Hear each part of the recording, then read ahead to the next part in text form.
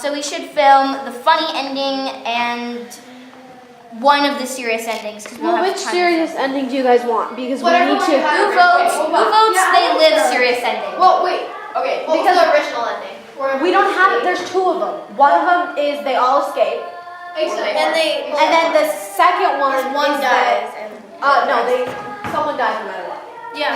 They get. So Nolan's dead. Either they escape out a window. Either way, they escape. So Either they escape or they die. I think they should all escape. I die and then you all live. I think an interesting, like the death ending though, that would be interesting though, is like it wouldn't like where they all get murdered or something, where you'll have them in the mushroom cellar and they'll be banging on the doors and they'll be like, let us out, and that would be like a kind of a cool ending. We don't have forced to suffer the same fate that they did. We don't have time to do that. Yeah, we don't. We also don't have I think sound. it would just be so much we don't have easier. time to do that.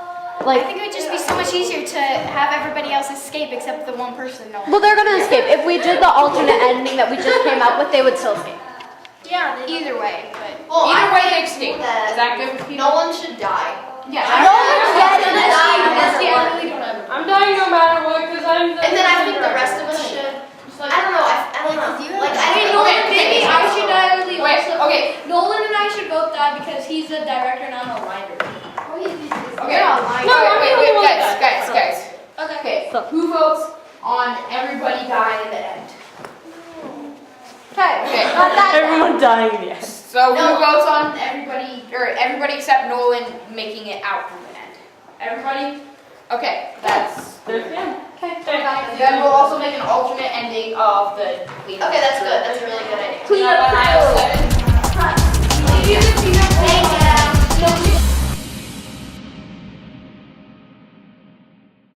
A storyboard is basically a series of illustration that gives a general idea about what direction the movie's going to go, such as this. This would be the first scene of the movie. This would show when the characters would first enter, which would be a few minutes later, with an arrow showing the direction that they would go in. And this is the next action. So basically it's an order of actions that basically gives a general outline to what the actors should perform when they're actually being videotaped.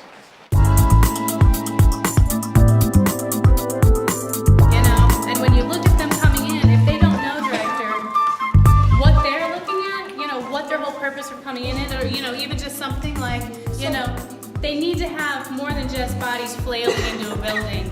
You know what I'm saying? So guys, look around and everything. Yeah, we can't just like walk. Don't just go like this. Just go like. And you're all like united. It's like Like you've never been here before. Okay. You're just excited. And maybe like high five each other or something else. hey, and we have Adrian turned off. Wait, so then move that out. Wait, Nolan, you're the one running this, not the DP. The DP doesn't run this. You run this. You go quiet on the set after talking to the DP and the director if they're ready. Essie, so I'm gonna climb Okay, up so go ahead. In your biggest. Wait, we're not ready yet. Alright, so and then we're particularly going to use this for the longer shots to bigger areas and stuff. And then we have this guy.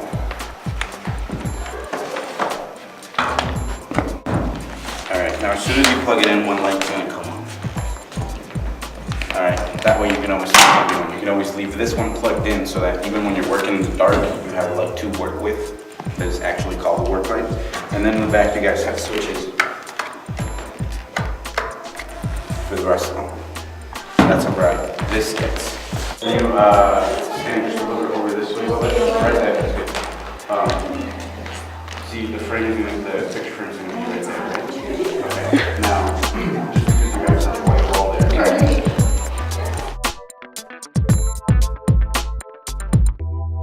camera rolling. Camera's rolling. Lurks Beneath, scene 2-1, take 2. action! So for one of the scenes we did was the stabbing scene where we killed off one of the teenagers. We decided to use the shadow technique like they did in like they used shadow techniques in other famous silent movies such as Nosferatu. And so we found that there were really good ways to incorporate the techniques that they used back in the day to help balance it out really well between a more modern thing and a silent movie replica type of thing. So I was the costume designer for What Lurks Beneath. It's like if a collar was up and it was down in the last scene, then I had to put it down for the next scene and stuff like that. But most of my job was at the beginning because I do check people's costumes and see if they fit the scene. You also chose costumes. Yeah, So say yeah, that. and I chose costume. Okay, good.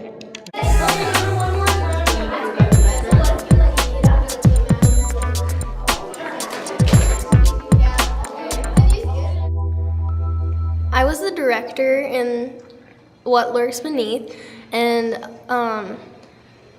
the directing job was pretty tough because you had to just find little tiny things most of the time that just kind of didn't seem right. Like maybe someone was their emotions were too fake, or they were just underreacting since we have to overreact in the silent movies.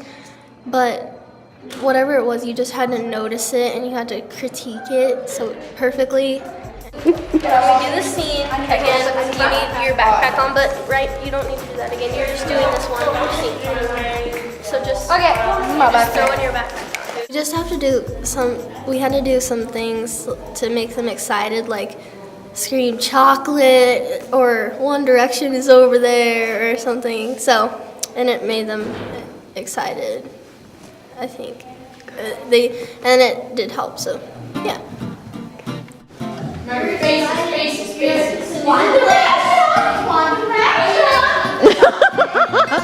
Chocolate!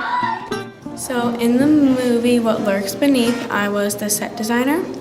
So being the set designer is a very important job because you have to notice every detail that was changed throughout each scene. So let's say a door was open and then someone accidentally moved it. I have to notice that before they start filming because then they have to redo the whole shot. So I was a second makeup artist for What Lurks Beneath, and what we had to do was make the actor's face look different than how it would have been today in our more modern movies. And we had to make their face look a little wider, and for the girls we put a little eyeliner around their eyes to look bigger, and we did the same with the boys. And for the ghosts, we made their face wider than everybody else's, darker lipstick, and a grayish black around the eyes to make it look a little more dreadful than every other actor, so it stood out a little more. Alright, so what it takes to be in silent film, what's different about it is that you have to exaggerate with your face and do a bunch of painting and makeup because it's silent and you can't hear anything. So you really have to show your emotion with your face. Okay. Yeah. So what we're doing here is we are trying to make the faces completely blank like a canvas so that we can actually work on them with bright color makeup. And so far, Nolan, I've already applied a kind of a foundation, which Maddie is currently putting on Jamie, or Jamie's putting on himself, I guess. And then we've applied this base powder so that his face is even more white. And so it just makes a really good thing to work off of. Next, we're going to move on to Nolan's eyes. So, Nolan, I'm going to need you to keep your eyes open and look at me, okay? This is hard. You need to go a little closer. You look like you're dipping it out. Are you getting this on video? I was the gaffer for What Lurks Beneath, and what a gaffer does is do all the lighting behind the set. I thought my job would be pretty easy, just putting one light in the room, but it's way different. You have to memorize techniques, how to dim the light, change the lighting effect, even to add more definition to characters or the background or anything. I was an assistant director, and it was pretty hard getting people to get quiet. So what did you say to them all the time? So I always We heard it said, all night. quiet on the set, please!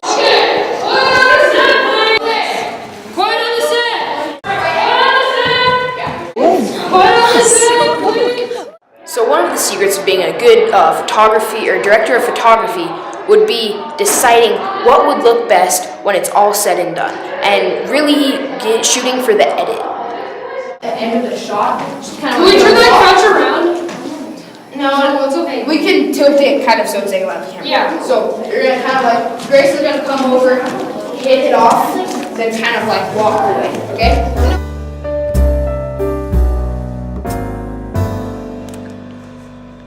One of the things that surprised me the most about being on a movie set was the lighting, because it's a lot harder than you think it's going to be, and it takes a huge toll on how the film's going to turn out.